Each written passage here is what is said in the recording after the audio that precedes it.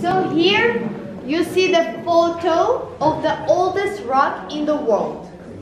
It was found in 1947 in Altai region, Siberia, in a mausoleum with the name Pazyryk. That's why the name of the rock is also Pazyryk.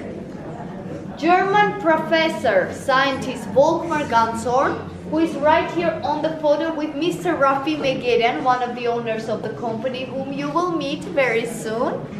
He has proven that this is, just a moment, that this is of the Armenian origin, just because it is woven with Armenian double knot.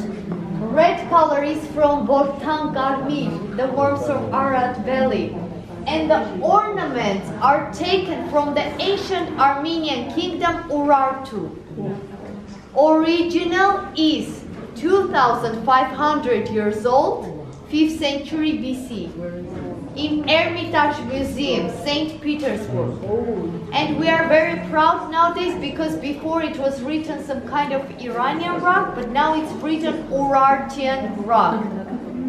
So it is having the real origins of it.